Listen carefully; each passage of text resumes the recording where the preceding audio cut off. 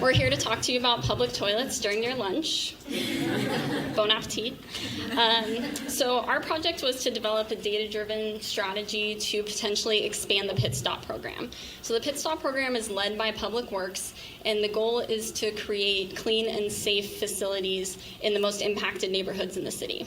And so this program started back in 2014 with 3 locations in the Tenderloin and has since expanded to 17 locations citywide. So our main objectives were to first map out where these toilets were located. So we looked at this project back in fall of 2015, and it was a request from Supervisor Kim for the Controller's Office to work with Public Works and also Rec Park to identify where public toilets were as part of the PitStop program and how we could potentially expand it.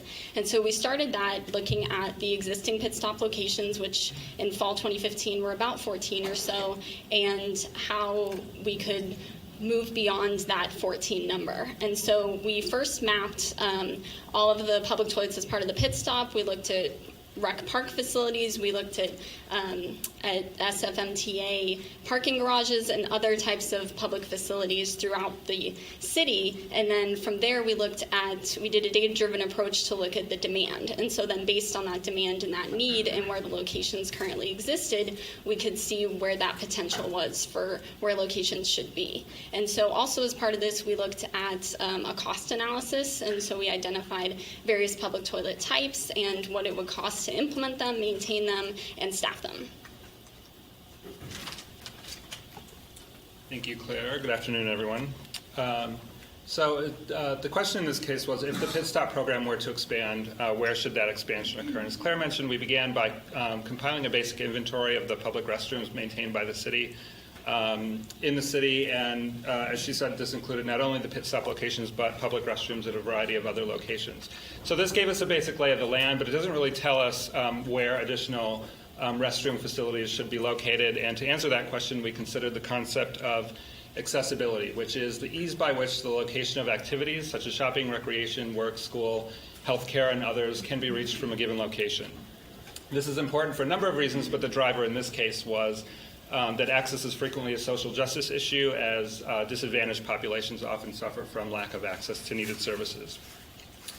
Because we're in the data cruncher category, we thought we should show something math-looking, so here you go. This is the model that we use to quantify accessibility throughout the city. It's called the two-step floating catchment area method.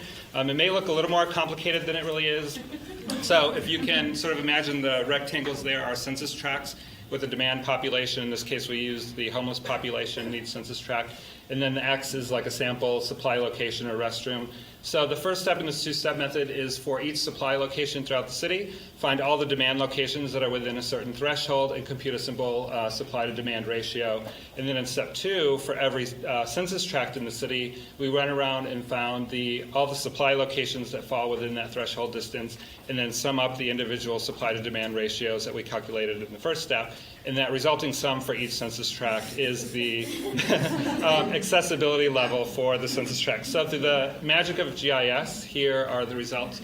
So all the green dots are the public restrooms, and then the lighter shaded areas have higher accessibility, and the lower shaded areas have lower accessibility. So what's notable about this is that you can see areas like this that have a large number of restrooms, but there's still lower accessibility, and that's because our model discounts restroom facilities that experience a high demand.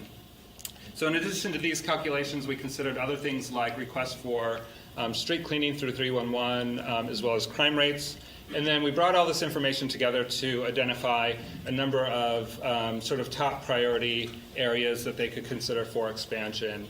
So after this analysis, DPW did expand the program to 3 additional locations, and one of them was sort of not right here, but within walking distance of area number 5 there. And that concludes our presentation.